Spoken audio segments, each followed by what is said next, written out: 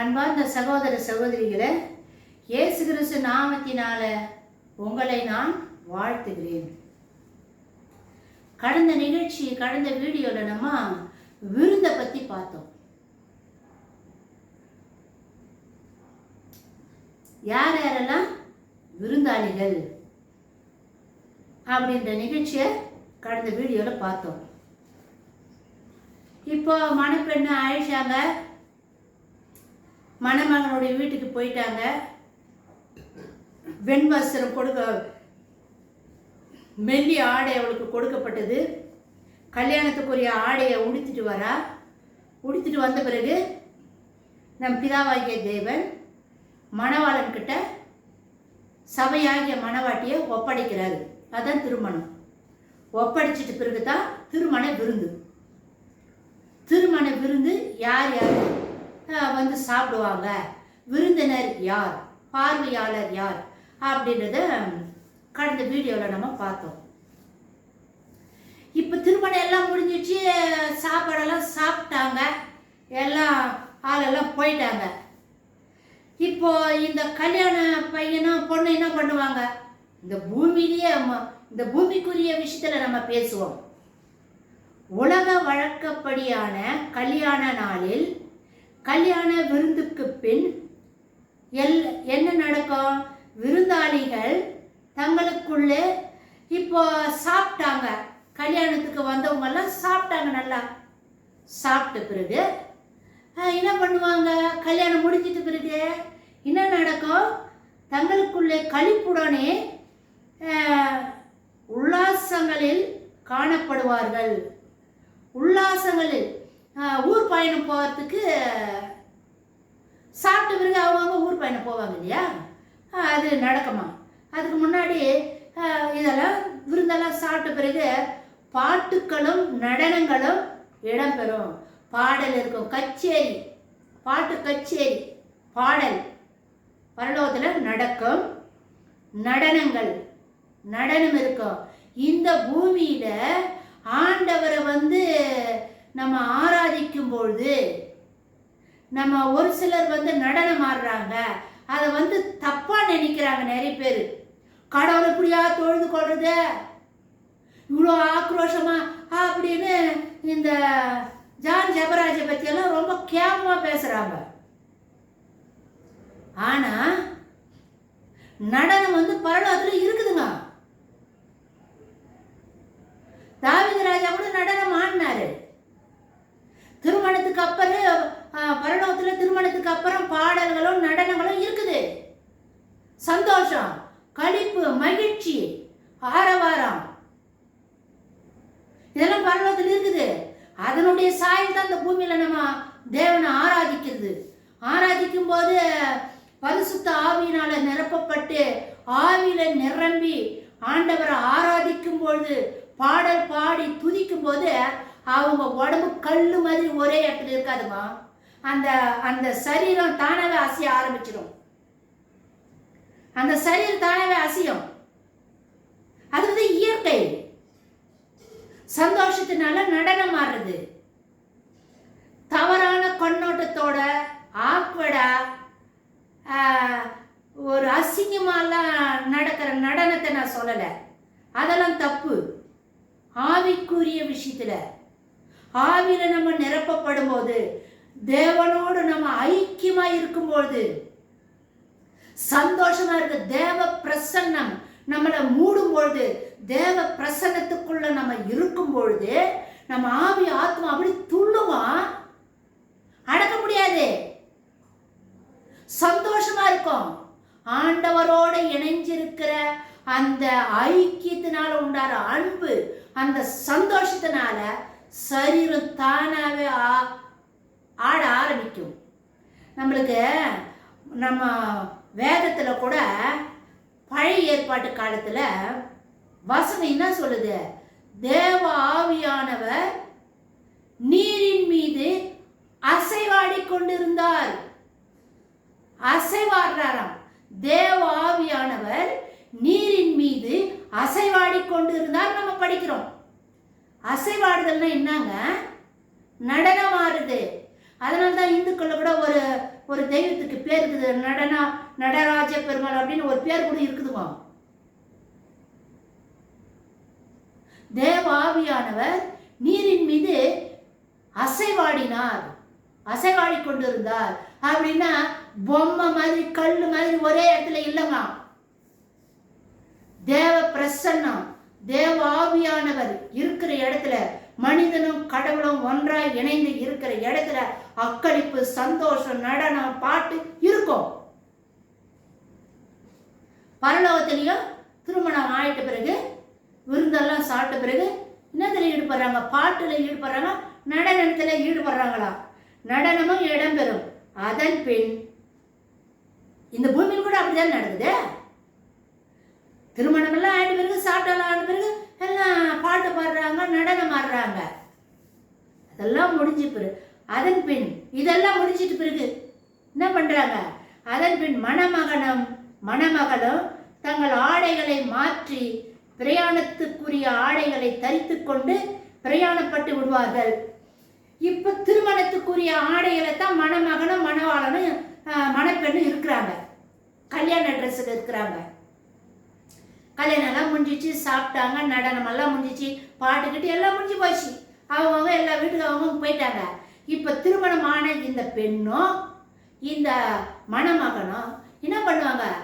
போயிட்டு தன்னுடைய ஆடையை மாற்றி கொள்ளுவாங்க. வழி பயணம், ஊர் பயணம் போனோம் இல்லை, மறு போவாங்கன்னு சொல்லுவாங்க. நம்ம தமிழ்நாட்டில் இந்தியாவில எல்லாம் இந்த கலாச்சாரம் இருக்குதுங்க. திருமணம் ஆன பிறகு மணமகன் அந்த கல்யாண ட்ரெஸ் எல்லாம் கட்டிட்டு வேற ட்ரெஸ் போட்டுக்கிட்டு மறுவுக்கு போவாங்கன்னு சொல்லுவாங்கல்ல. பெண் வீட்டுக்கு போவாங்க. பையன் வீட்டில் கல்யாணம் ஆயிடுச்சு. கல்யாணம் ஆயிட்ட பிறகு மணப்பெண் எங்கே போகிறா? ஒரு 3 நாள் என்னவோ மணமகனுடைய வீட்டில் இருந்துட்டு அதுக்கப்புறம் மணப்பெண் வீட்டுக்கு போகிறாங்க, தாய் வீட்டுக்கு போகிறா. கல்யாணம் முடிச்சுக்கிட்டு அந்த பெண் எங்கே போகிறா? தாய் வீட்டுக்கு போகிறா. அப்போ அப்படி போகும்போது அந்த கல்யாண ட்ரெஸ்ஸோடு போக மாட்டாங்க. கல்யாண ட்ரெஸ் எல்லாம் கழட்டி வச்சுட்டு பிரயாணத்துக்குரிய ஆடையை அணிஞ்சுக்கிட்டு பிரயாணப்பட்டு போவாங்க. பூமியில் அப்படிதான் நடக்குது. பிரயாணப்பட்டு போய்விட. பொதுவாக அவர்கள் பார்த்திராத இடம். அப்போ அவங்க எங்கே போவாங்க? கல்யாணம் ஆயிடுச்சு, இதெல்லாம் முடிஞ்சு போச்சு. இவங்களும் கல்யாணம் ஆன அந்த பொண்ணும் அந்த பையனும் அவங்க பார்த்திராத ஒரு இடத்துக்கு போகிறாங்களாம். பார்த்திராத இடம் அல்லது ஏதாவது ஒரு உல்லாசத்துக்குரிய இடம் நோக்கி, ஒரு பிக்னிக் மாதிரி உல்லாசமா போயிடுவாங்க. அப்படி ஏதாவது ஒரு உல்லாசத்துக்குரிய இடம் நோக்கி நகர்ந்து விடுவார்கள். அதிகபட்சம் கடலை தாண்டி தூரமான தேசத்துக்கு பயணமாகி விடுவதுண்டு. கல்யாணம் ஆயிட்ட பிறகு ஹனிமூன் சொல்றாங்கல்ல, ஹனிமூனுக்கு போவாங்க. மணப்பெண் வீட்டுக்கு வந்துருவாங்க. இப்போ ஹனிமூனுக்கு போனவங்க ஏதோ ஒரு இடம் அவங்க தேர்ந்தெடுத்துக்குவாங்க. அந்த மணமகனும் மணமகளும் 2 பேரும் பேசி நம்ம எங்கே போகலாம் அப்படின்னு பேசி ஒரு இடத்தை தேர்ந்தெடுப்பாங்க. அந்த இடத்துக்கு 2 பேரும் போயிடுவாங்க. அப்படி போகிற இடம் தான் ஹனிமூன், தேன்நிலவு, தேன்நிலா அப்படின்னு சொல்லி சொல்கிறோம் இந்த பூமியில். இதே மாதிரி தான் பரலோகத்தில் திருமணம் எல்லாம் ஆயிட்ட பிறகு மணவாளனும் மணவாட்டியும் அந்த மணவரைக்குரிய அந்த திருமணத்துக்குரிய ஆடையை கழட்டி வச்சுட்டு பிரயாணத்துக்குரிய ஆடையை உடுத்திக்கிட்டு இப்போ கிளம்பிட்டாங்க. எங்கே போகிறாங்கன்னு பாரு. பயணமாகி விடுவது. சில சமயங்களில் மணமகளது அல்லது மணமகனது பழைய வீடு ஒன்றை நோக்கி போய்விடுவார்கள். இப்போ நம்ம இந்த பூமியிலேயே சொல்கிறோங்க, கல்யாணம் ஆயிட்ட பிறகு அந்த பெண் எங்கே போகிறான்னா தான் சொந்த வீட்டுக்கு, தாய் வீட்டுக்கு போகிறா. மணமகனை கூட்டிக்கிட்டு எங்கே வரா? தாய் வீட்டுக்கு வரா. அப்போ தாய் வீடோ இல்லை மணமகனுடைய பழைய வீடு, மணமகனுடைய பழைய வீடு ஏதோ ஒரு இடத்த அவங்க தேர்ந்தெடுத்து அந்த இடத்துக்கு இவங்க போயிடுவாங்க. அது போன்றே ஆட்டுக்குட்டியானவரது கல்யாணத்துக்கு பின்பு, ஆட்டுக்குட்டியான கல்யாணம் முடிஞ்ச பிறகு விண்ணுலக மணமகனுடைய வீடு எது? பரலோகம்தான் மணமகனுடைய வீடு. மாப்பிள்ளை வீடு பரலோகம், பெண்ணு வீடு பூமி. இந்த திருமணம் எல்லாமே நடந்து முடிஞ்ச பிறகு கல்யாணத்துக்கு ஆடையெல்லாம் கழட்டி வச்சுட்டு பிரயாணத்துக்குரிய ஆடையை அணிஞ்சிக்கிட்டு மணமகன் மாப்பிள்ளை வீட்டை விட்டுட்டு பெண் வீட்டுக்கு வராங்க. 2 பேரும் சேர்ந்து பெண் வீட்டுக்கு வராங்க.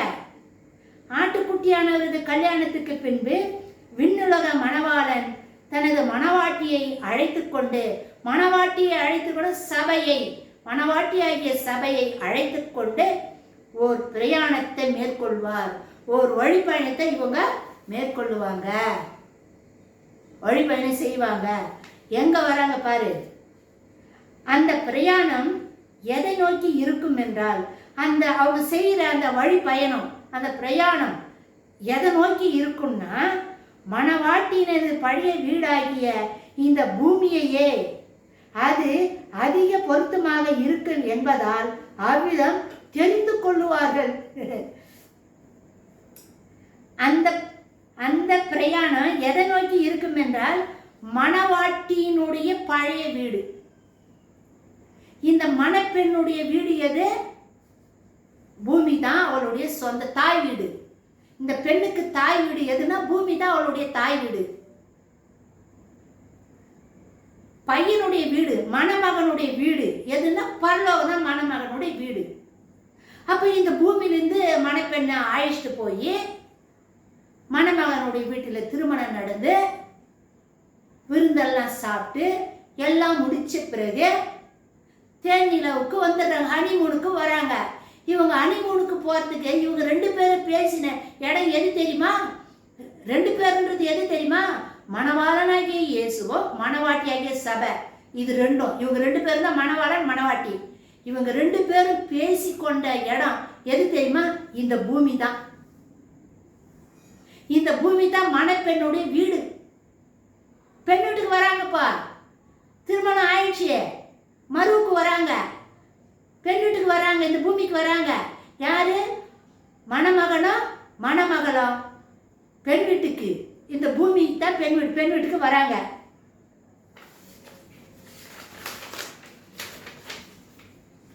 மணவாளன் ஏன் வராங்க? ஏன் இந்த இடத்துக்கு வராங்க? என்ன விஷயம் அப்படின்னா, ஏன் இந்த இடத்த அவங்க தேர்ந்தெடுத்தாங்க? இந்த அண்ட சராசரங்கள்ல எத்தனையோ இடங்கள் இருக்கு. பூமி மட்டும் கிடையாது, பல கோள்களுக்கு நட்சத்திரங்கள் எத்தனையோ இடங்கள் எல்லாம் இருக்கு. அங்கெல்லாம் போகாம ஏன் பூமி மட்டும் தேடி வராங்க?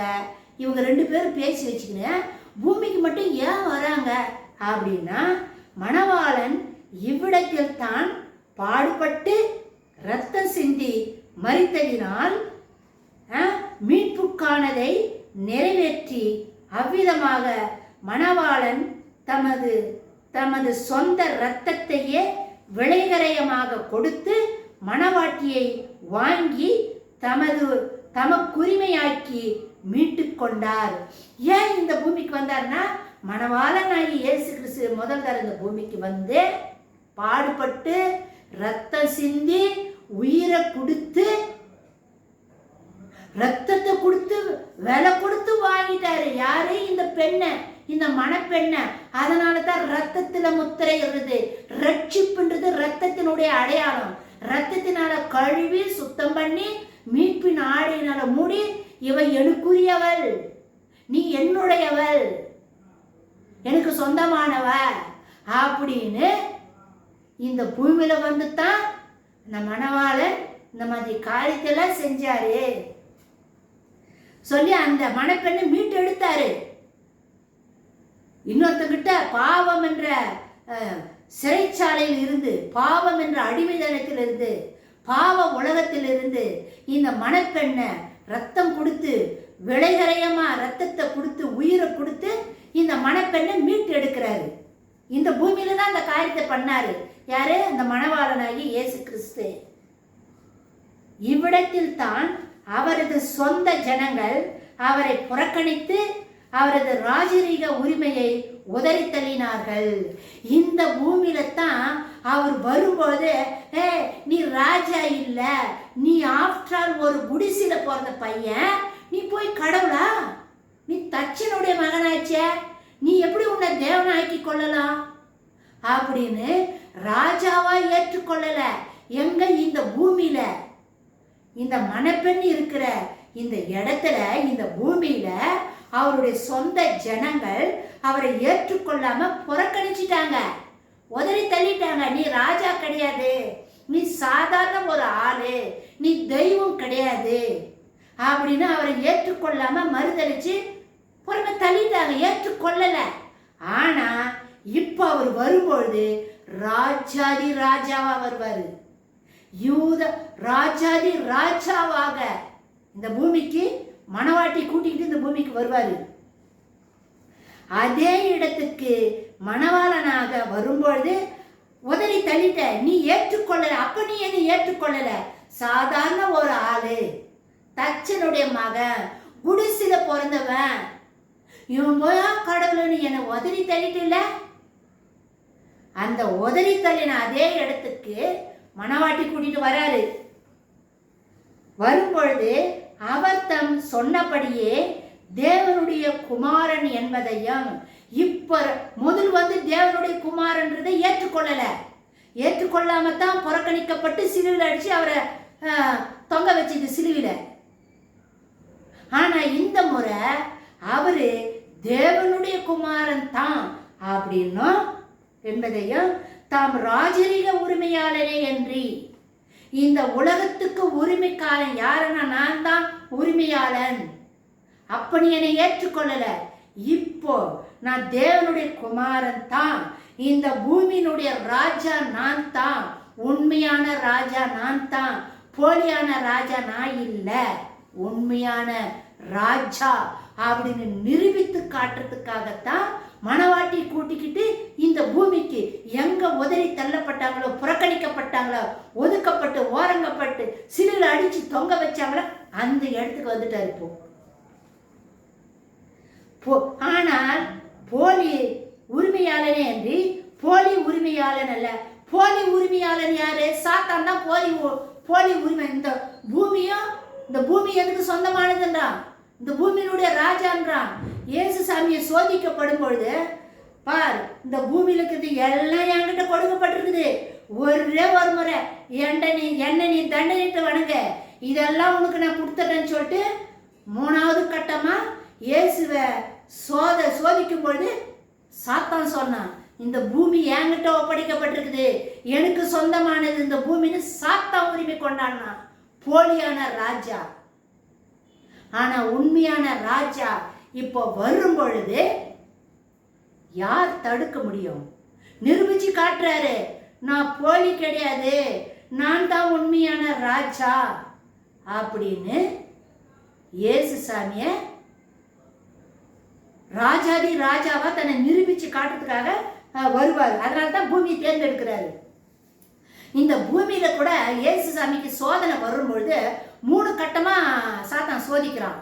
முதல் கட்டம் நீ தேவனுடைய குமாரன் தானே, ஏன் பசியா இருக்கிற, கல் அப்பமாக்கி நீ சாப்பிடு, நீ தேவனுடைய குமாரன் அப்படின்னு சாத்தான் பாயிண்ட் பண்றான். தேவனுடைய குமாரன் சாத்தான் பாயிண்ட் பண்றான். ஆனா இயேசு என்ன சொல்றாரு? மனிதன் அப்பத்தினால் மாத்திரமல்ல, கடவுள் வாயிலிருந்து வர ஒரு சொல்லினாலும் உயிர் வாழ இயேசு சொல்ற. அவர் சொன்ன, அவர் வாயிலிருந்து வந்த வார்த்தை என்ன? மனிதன் அப்படின்னா சாத்தா என்ன சொல்றான்? நீ தேவனுடைய குமாரன்றான். ஆனா இயேசு என்ன சொல்றாரு?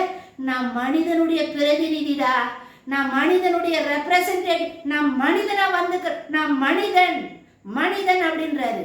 அந்த சோதனையில 2வது சோதனையில உயரமான இடத்துல கொண்டு போய் நிக்க வச்சுட்டு, நீ கீழே குதி, உன் கால் இடராதபடி தேவதூதர்கள் உன் கால்களை ஏந்தி கொள்வார்கள் எழுதியிருக்குதுல, கீழே நீ தேவனுடைய குமாரன் தானே, குதி. அங்கேயும்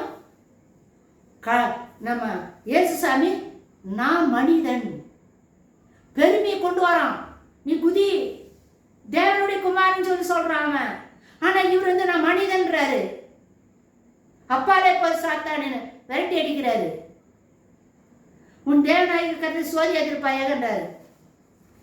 3வது சோதனையில தான் சரிப்பா நீ உன்னை நான் தேவனுடைய குமாரன் சொல்றேன், ஆனா நீ ஏத்துக்குவானுங்கிற, நீ மனிதன் தானே சொல்ற, அப்ப இந்த பூமியில நீ மனுஷன், உன்னை நீ மனுஷனை ஆக்கிக்கிற, உன்னை நீ மனுஷன் சொல்லிக்கிற, அப்ப நீ மனுஷன் தானே அப்படின்னா என்ன வணங்கு.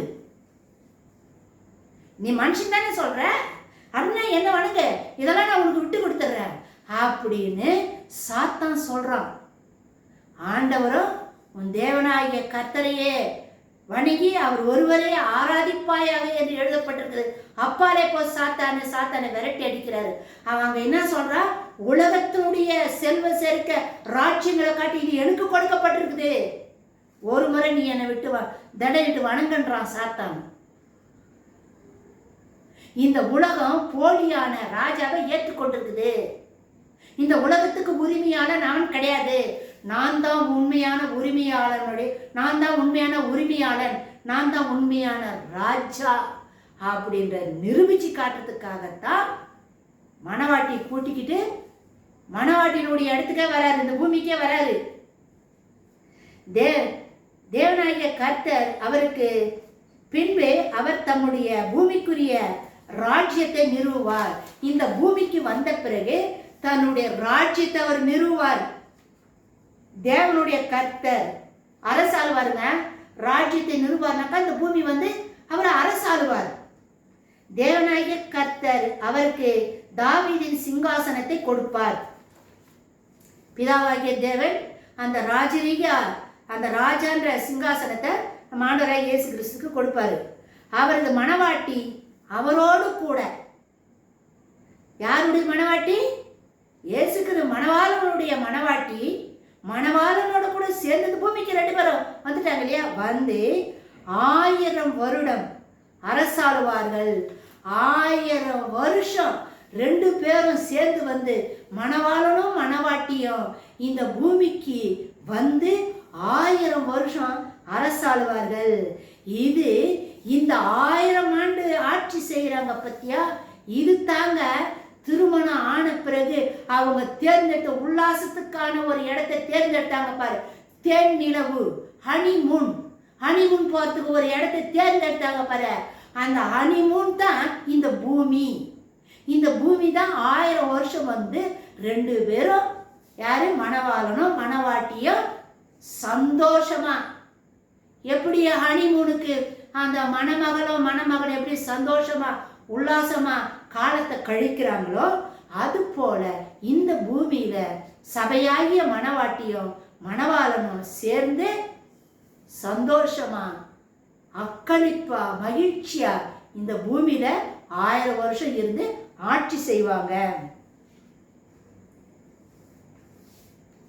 எத்தனை இனிமையும் களிப்பும் நிறைந்த தேன் நிலா அது.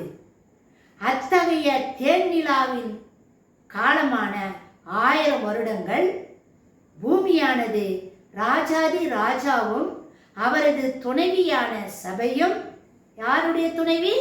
மணவாளனுடைய மனைவி துணைவியான சபையும் சேர்ந்துள்ள சமூகத்தினாலே ஆசீர்வதிக்கப்பட போகிறது. இந்த பூமி, இந்த 2 பேரும் சேர்ந்து இந்த பூமியில வர்றதுனால இந்த பூமி ஆசீர்வதிக்கப்பட போகுது. ஆனாலும் அந்த வெகு நீண்ட தேன்நிலா காலம் முடிவு பெறவும் செய்யும். அந்த தேன்நிலா காலம் ரொம்ப நாளைக்கு கிடையாது, அதுக்கும் ஒரு காலம் இருக்குது. இப்ப தேன்நிலாவுக்கு போறது 1 வாரம், 10 நாள், 5 நாள், 1 மாசம் அப்படி. அதுக்கப்புறம் அந்த தேன்நிலா காலம் முடிஞ்சது இல்ல, திரும்ப எங்க வந்துடுறாங்க, அதை நம்ம பார்க்கலாம் இப்போ.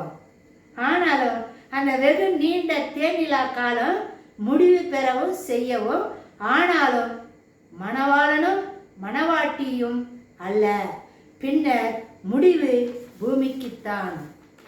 இப்போ 1000 வருஷம் ஆன பிறகு திரும்ப என்ன பண்ணுவாரு, இந்த திருமணம் ஆன பிறகு மணமகளுடைய வீட்டுக்கு மறுக்கு வராங்கல்ல, இந்த மறு காலம் முடிஞ்ச பிறகு திரும்ப எங்க போயிடுறா இந்த பொண்ணு? மணவாளன் வீட்டுக்கே போயிடுறா, மணமகனுடைய வீட்டுக்கே போயிடுறா. எது மணமகனுடைய வீடு? பரலோகம். 1000 வருஷம் ஆட்சி முடிஞ்ச பிறகு மணவாளன் தன் துணைவியை கூட்டிக் கொண்டு, தன்னுடைய மனைவியை கூட்டிக் கொண்டு தன்னுடைய சொந்த இடத்துக்கு, சொந்த வீட்டுக்கு, பரலோகத்துக்கு கூட்டிட்டு போயிடுவாரு. ஏனெனில் மணவாளனும் மணவாட்டியும் பிதாவின் வீட்டுக்கு திரும்ப போய்விடுவார்கள். அதன் பின்னர் பூமியானது அக்கினியின் ஸ்தானத்துக்கு ஒப்பு கொடுக்கப்படும். 1000 வருஷம் முடிஞ்ச பிறகு இந்த பூமியானது அக்கினிக்கு ஒப்பு கொடுக்கப்படும். அக்கினி ஸ்தானம் எடுக்கணுமா? அக்கினி ஞானஸ்தானமா? இப்போ நம்ம எப்படி குளிக்கிறோம்? தண்ணியில குளிக்கத்தானே ஸ்தானம் பண்றது அப்படின்னு சொல்லி சொல்றோம். அது போல இந்த பூமியானது அக்கினி ஸ்தானம் எடுக்கணுமா? அப்படின்னா இந்த பூமியானது அக்கினிக்கு வச்சு அக்கினில எல்லாமே சுத்திகரிக்கப்படும். தீமையான காரியம் என்னங்க, 1000 வருஷம் மணவாளனும் மணவாட்டி ஆட்சி பண்ணாங்கல்ல, அப்புறம் எப்படி பூமி அசுத்தமாயிடும் அப்படின்னு நீங்க சொன்னீங்கன்னா, 1000 வருஷம் முடியத்துக்கு முன்னாடியே சாத்தான கட்ட அழுத்து விட்டுறாரு. சாத்தான் திரும்ப பூமிக்கு வந்துடுறான். தன்னுடைய மக்களை எல்லாம், பரிசுத்தவான்களையும் பரிசுத்த நகரத்தை சூழ்ந்து கொள்ளும் போது அக்கினி வானத்திலிருந்து இறங்கி வருது. அப்போ அவங்க எல்லாம் அழிக்கப்படுறாங்க. அப்ப அந்த 1000 ஆண்டு அரசாட்சியில சாத்தா வரேன் தானே. அப்ப பூமி கரை, சாத்தா இருந்தாலும் அது கரைப்பட்ட இடம். அப்போ மணவாட்டி கூட்டிட்டு போயிட்ட பிறகு பூமியானது அக்கினிக்கு வைக்கப்படும். நெருப்புல வச்சு பொண்ணை எப்படி சுத்திகரிக்கிறாங்களோ அது போல இந்த பூமியானது நெருப்புக்குள்ளோ பிதாவாகிய தேவன் வைத்து இந்த பூமியை சுத்திகரிப்பாரு, பரிசுத்தப்படுத்துவாரு. அது இன்னும் பின்னாடி அது எப்படி சுத்திகரிப்பாங்க? இந்த பூமியானது அக்கினி ஸ்தானம் எடுக்கும்போது அது என்னென்ன நடந்த, அது தனியாக ஒரு வீடியோவில் நான் பேசுவோங்க. இப்போ மேலோட்டமாக மட்டும் இதை பற்றி நம்ம பார்த்துடலாம். அக்கினி ஸ்தானத்துக்கு ஒப்பு கொடுக்கப்படும். பூமி அக்கினி ஸ்தானத்துக்கு பிறகு பூமியானது புதுப்பிக்கப்படும். புதுசா சுத்தமாயிடும். பூமி புதுப்பிக்கப்பட்ட பிறகு பரிசுத்த நகரம் கீழே இறங்கி வரும். இறங்கும் போது மணவாளனும் மணவாட்டியும் அதோடு சேர்ந்து புதிய பூமியில் சதா காலமும் வசிக்க உள்ளார்கள். இப்போ மணவாட்டியாகிய 1000 வருஷம் முடிஞ்சிட்ட பிறகு மணவாட்டியாகிய சபை கூட்டிட்டு பரலோகத்துக்கு போயிடுவார், பிதாவின் வீட்டுக்கு போயிடுவாரு. அக்கினி ஞானஸ்தானம் கொடுக்கப்படும். அதுக்கப்புறம் வெள்ளை சிங்காசன நியாய தீர்ப்பெல்லாம் இருக்குது. 2ஆம் உயிர்த்தெழுதல் இருக்குது. அந்த ஒரு தீர்ப்பெல்லாம் இருக்குதுங்க. அதெல்லாம் முடிஞ்ச பிறகு அக்கினிக்கு பூமி இரையாக வைக்கப்படும்.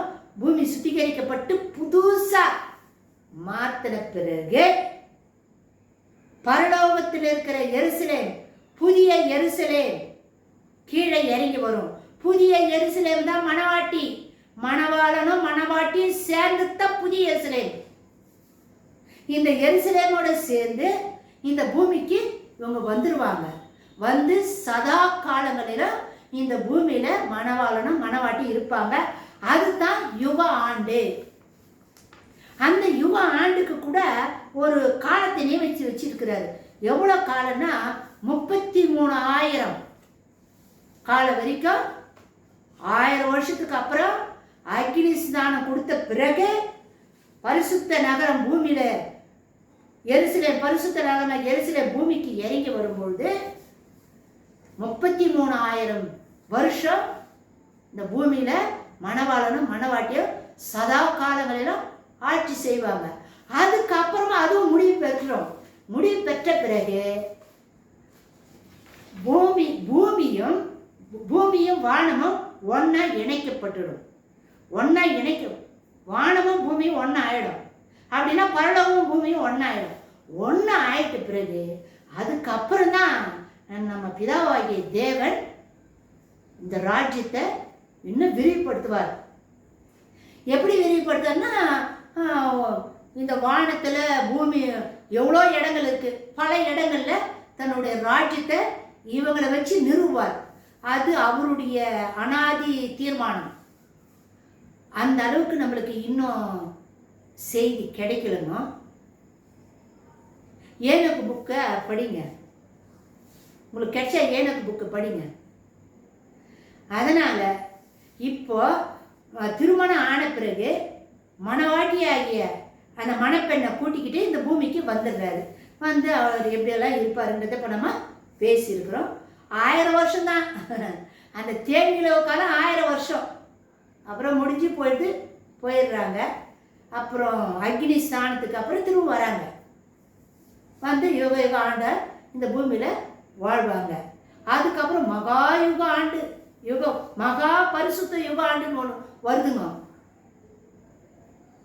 அதுக்கப்புறம் எருசலேம் எப்படி பூமிக்கு இறங்கி வரும், அந்த நேரத்தில் யார் யார் எங்கெங்கே எப்படியெல்லாம் இருப்பாங்க அப்படின்னு வருகின்ற வீடியோவில் இன்னும் நம்ம நிறைய பேச போகிறோம். இதோட நம்மளுடைய 1000 ஆண்டு இன்னும் 1000 ஆண்டு அரசாட்சி எப்படி இருக்கும், அர்மேகதோன் யுத்தம் பற்றி இருக்குது. புதிய எருசலேம் பரலோகத்தை விட்டு இந்த பூமிக்கு இறங்கி வருது, அதை பற்றியெல்லாம் பேசணும். இன்னும் நிறைய விஷயங்கள் இருக்குதுமா. அதனால் இந்த செய்தியை தயவுசெய்து உங்கள் ஃப்ரெண்ட்ஸுங்களுக்கு சொல்லுங்கள், சர்ச் மெம்பர்ஸுக்கு சொல்லுங்கள், ஃபேமிலியில் ஷேர் பண்ணிக்கோங்க. உங்கள் ஊழியத்தில் கூட இதை நீங்கள் ஷேர் பண்ணிக்கலாம். இது ஆவிக்குரிய விஷயத்தில் தான் நம்ம பார்க்குறோம். இந்த பூமிக்குரிய திருமணம் மாதிரி இந்த கண்ணோட்டத்தில் நம்ம பார்க்கக்கூடாதுங்க. பூமிக்குரிய திருமணத்தை ஒப்பிட்டு சொல்லியிருக்கிறோம். ஆனால் இந்த பூமிக்குரிய திருமணம் மாதிரி நம்ம இதை பார்க்க, இது ஆவிக்குரிய திருமணம். ஆவிக்குரிய விஷயத்துல தான் ஆவின் கண் கொண்டு தான் இதை நம்ம பார்க்கணும். அடுத்த வீடியோவில் நம்ம சந்திக்கலாம். மாரநாதா.